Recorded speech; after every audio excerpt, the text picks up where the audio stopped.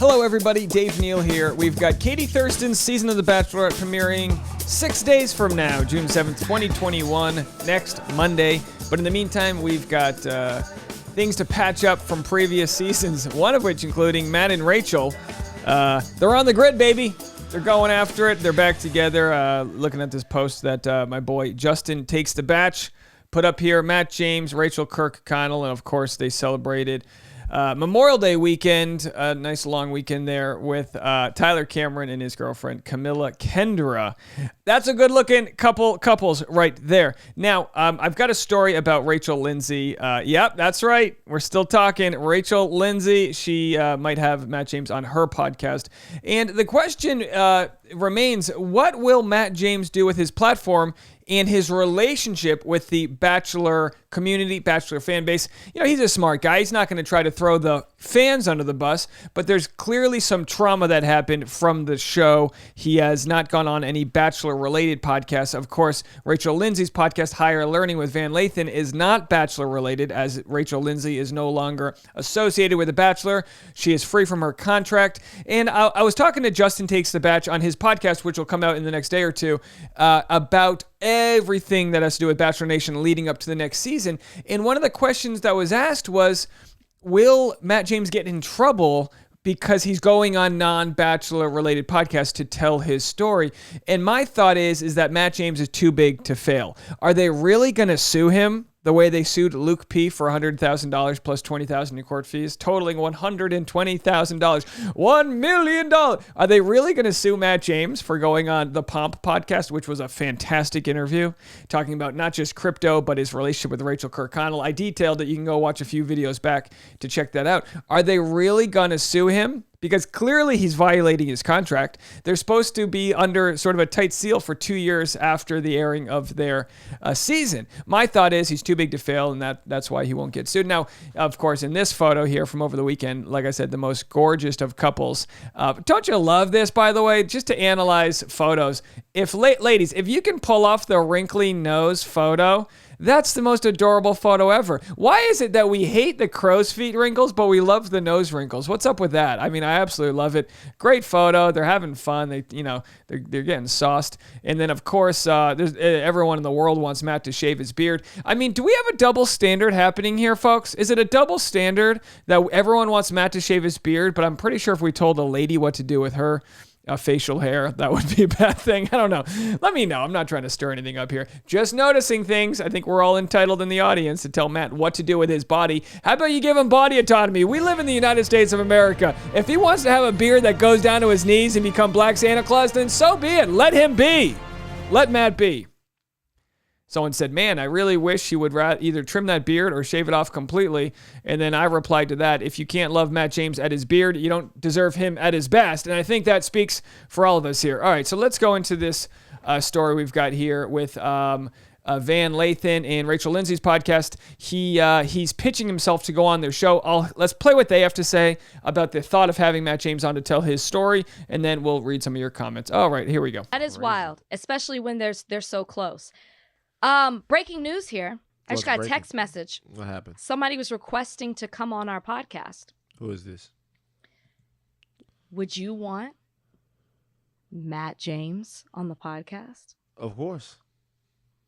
He said he really wants to come on Higher Learning. I do. It would have been great if we could have had him on Memorial Day. Oh, no, Let me show you. Advertisement. Sorry about that. All right, let's play through this advertisement. You just can't win with YouTube. I thought we were lined up with no ads, but hey, you got to watch my ads, just not theirs. That's how it works. All right. Big ad break there. Very important stuff. Because everybody's going to be out. You got the weenies, and you can put them on the grill. You roast them up. A little beef perfect happening. if we could have had him on Memorial Day and just had a nice cookout with our brother. Yeah, Matt James. Yeah, bring him on there. We'll put him on. We'll bring him on. We'll bring him on. He wants to come on. Tell him to zoom in right now. What you think Well, hold on. Did you? Wait. Hold on. I'm actually. I'm going to send the link. So they're inviting Matt James on the spot. Bring him on right now. Or why wouldn't I want Matt James? Or you think, I don't know. You could have been like, you know what? The moment's passed. No, it hasn't passed at all. Van Lathan was critical of how Matt James conducted himself, and he calls him a weenie.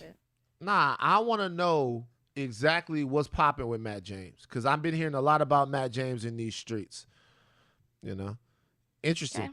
Interesting that he wants to come on now. By the way, interesting, because when it was super popping for Matt James, we had trouble getting to him. And but now he wants to come on. I want to know what is Matt James what yarn is he trying to spin for us now? What do you got for us, Matt? It's still popping for Matt James. It's still popping. Why did he tell you why he wanted to come? No.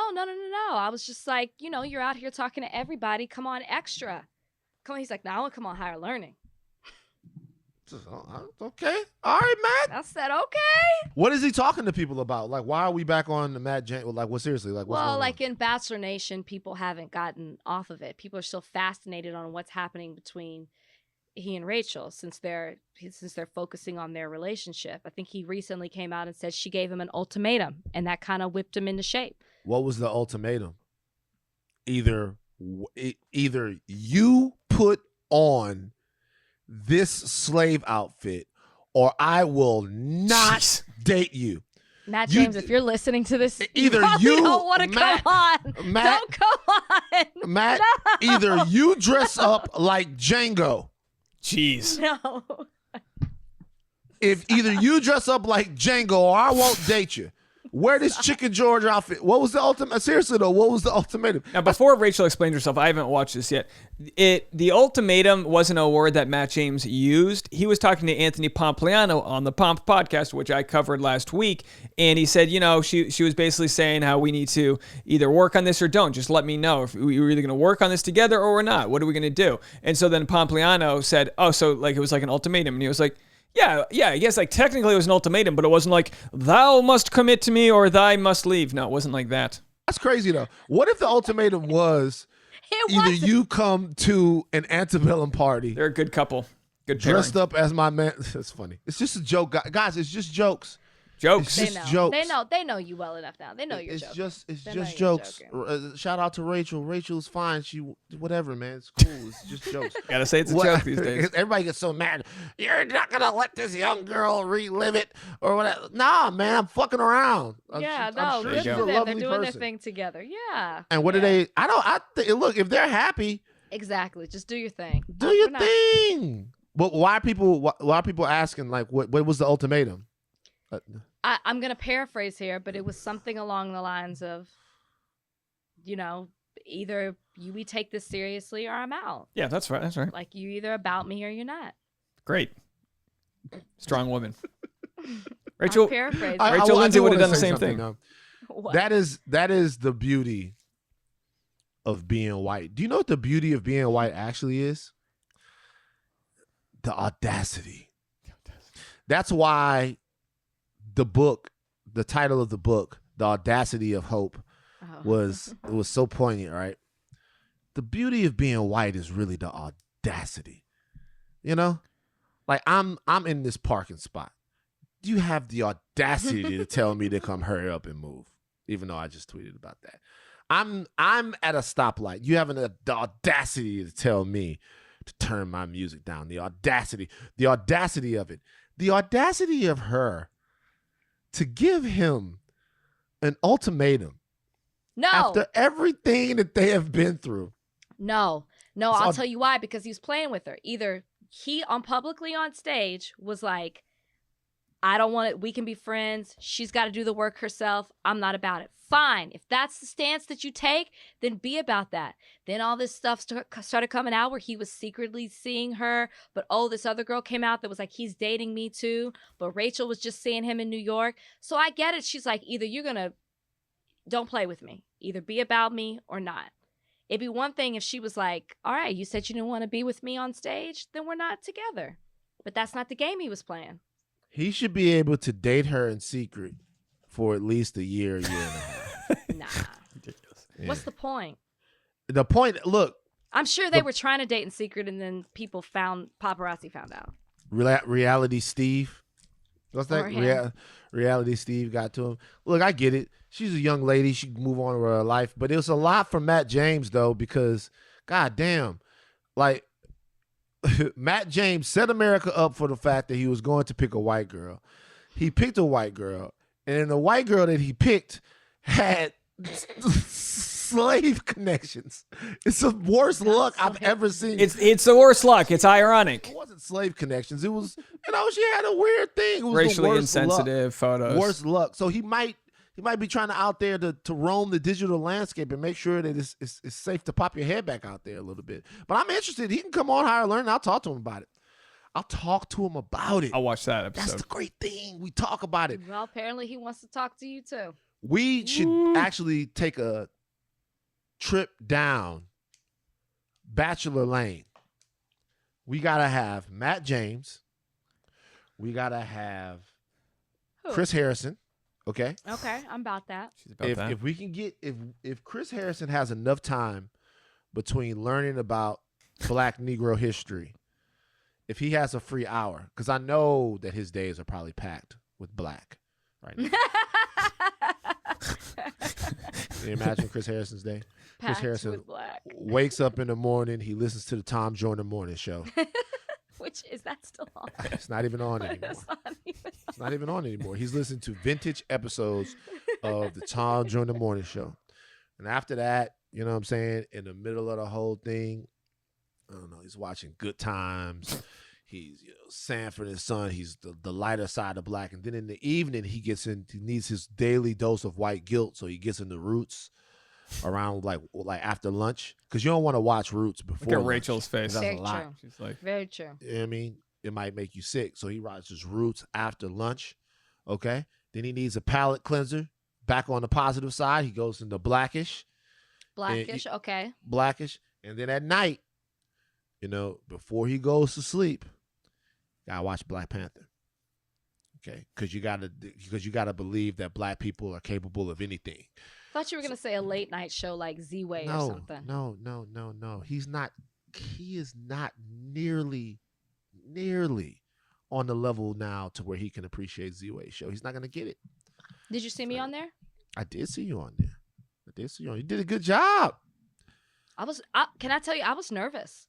Because she be coming at it. Yeah, I was like, what is she gonna say? What is she gonna say? I don't normally get nervous. She made me nervous.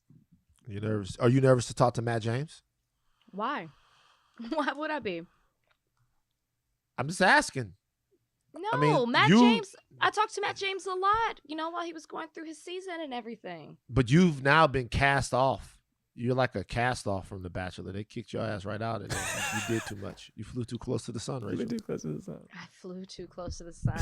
Update, Matt James says he's skateboarding right now. He needs a warning. He's serious, though. He wants to come on. So y'all heard him, Thought Warriors. He said he's coming on. Hold him to it. This is the thing with him. That is the whitest excuse for not doing a podcast ever. If you were playing basketball right now, you wouldn't pause the game. That has nothing to do with the merit of what I just said. It's a sport. Skateboarding's a sport. I love Basketball's skateboarding. a sport. I love skateboarding. He's doing his thing. You would be doing yours. You wouldn't stop it to hop on a podcast. Shout out to all the black skateboarders out there that I just disrespected. I did not mean to do that. But, Matt James is like, hey, I'm out there curling right now. But I can't come do the podcast. That's not I'm playing squash. That's not what he said. I like Matt. I actually like Matt. You're going to scare him away. I know you do. I actually like Matt a lot. We'll I think Matt is real cool. I think he's a specimen, Specimen. He's a specimen.